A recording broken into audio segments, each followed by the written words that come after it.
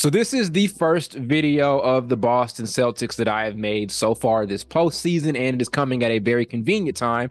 Right now, Jayson Tatum is absolutely getting killed on social media coming off of a loss in Game 2 in TD Garden against the Cleveland Cavaliers. This is a second straight time in this playoffs where in a series they dropped Game 2 at home. They did the same thing against the Miami Heat in that first round, and this Cavaliers team is a lot better than Miami. They are way more healthy than the Miami Heat. The Heat were playing without their best player. The Cavs had their best player in Donovan Mitchell. Now this does give this Cavaliers team a ton of confidence going back to Cleveland for games 3 and game 4. And I said it earlier, Jayson Tatum is getting killed right now on social media. And I've been very, very confused about what type of player Jayson Tatum is for a while. He comes into the NBA and he has an amazing first couple of years. There's not a better experience for a younger player that you could get than Jayson Tatum. You come in and you are on a championship contending team year one. Year one, you're the starter on a team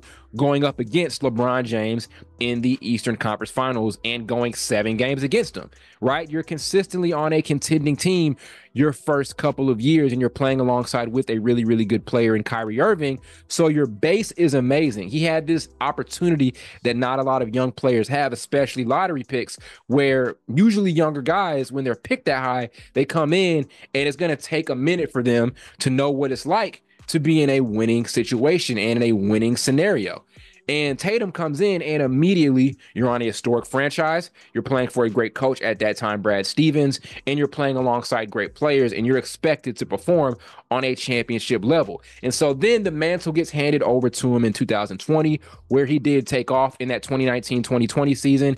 And that's when the comparison started coming. That's when people started saying things like, he's the next Kobe and all of this stuff. He's the future face of the NBA. And since then, we've just gotten a number of underwhelming seasons for the Celtics. They're either getting super deep in the second round or super deep in the Eastern Conference Finals. They made an NBA Finals appearance back in 2022. Then last year, again, another Conference Finals appearance just for them to lose to an 8-seeded team.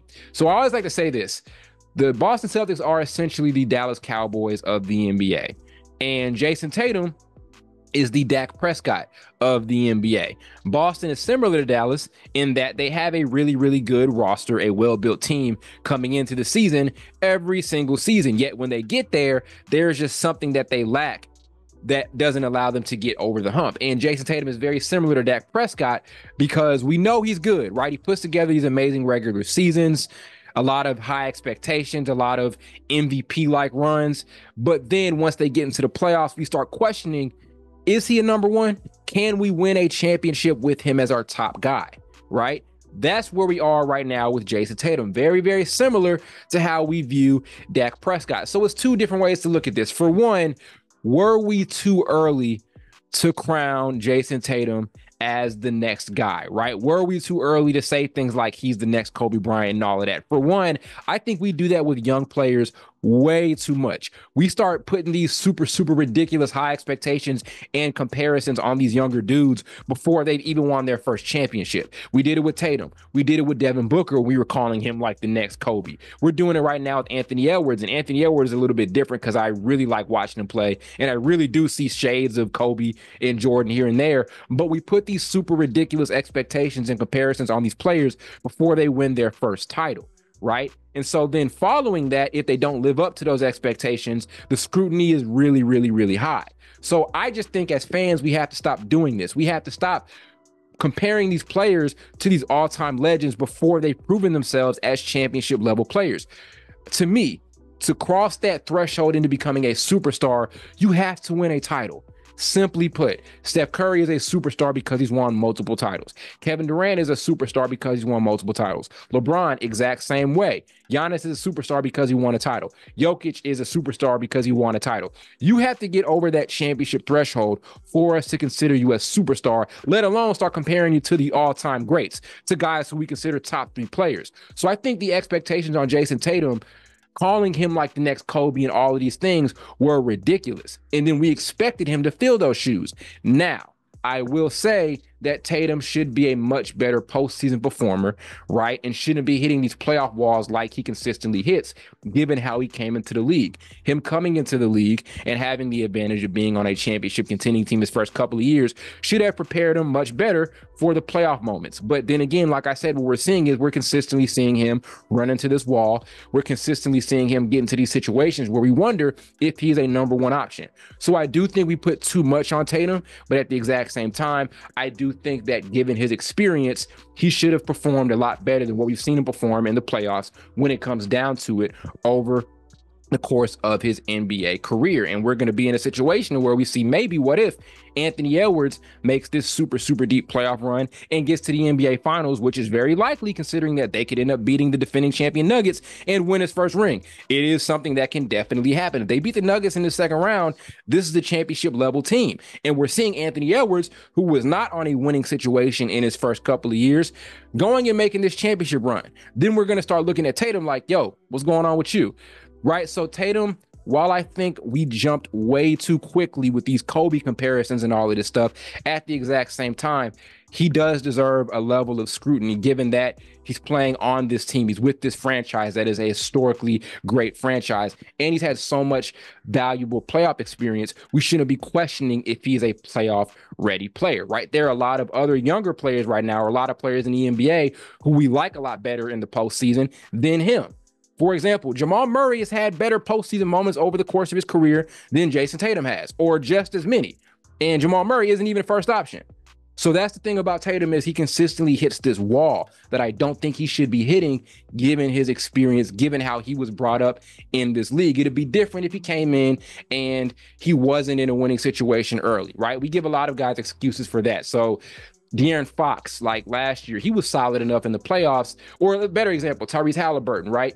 He hasn't been the absolute best this postseason so far. He'll get a little bit of a pass because his first, 3 or 4 seasons, he wasn't in a winning situation.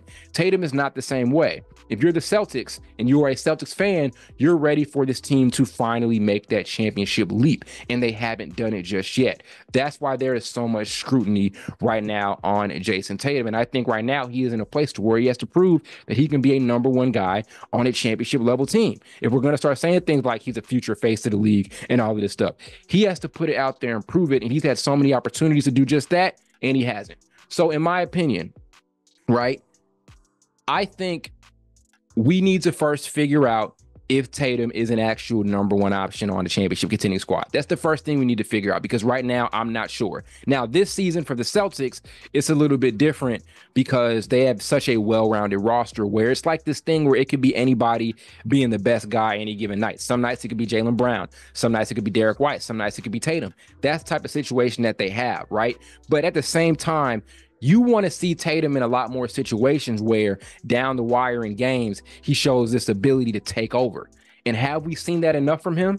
That's why we question whether or not he is a true number one option on a championship level squad. And if we don't figure that out this year, then that's a lot of evidence that he's not that guy. And the Celtics need to figure out a different way to build around him or build this team to actually win a title, especially after this year. This is a great roster. This is a great team that still views him as their top option and their top priority on offense. But if he can't do it this year, then it's time to start looking at him differently and maybe exclude him from a lot of those conversations that he was previously in. Right? Maybe he's a Paul George. Maybe he's a guy who's really, really good, but isn't a 1A. He's more of a 1B. That's a thing. That's a big possibility, right? So those are the things that we're going to have to talk about with Jayson Tatum, pending how the rest of this postseason ends up turning out for this Celtics team. But that was a big loss for them to drop because you're giving this Cavs team a ton of confidence. This is a very talented Cavaliers team, and once they get back to Cleveland, they are not going to let up. They're not going to take their foot off the gas.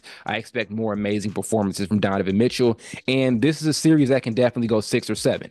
The Celtics opened that door up by letting them get one at TD Garden. So now you're going to play in Cleveland, where it is going to be tough to win against this team. So we'll see what ends up happening, but a lot to prove right now for Jayson Tatum and the Boston Celtics as a whole.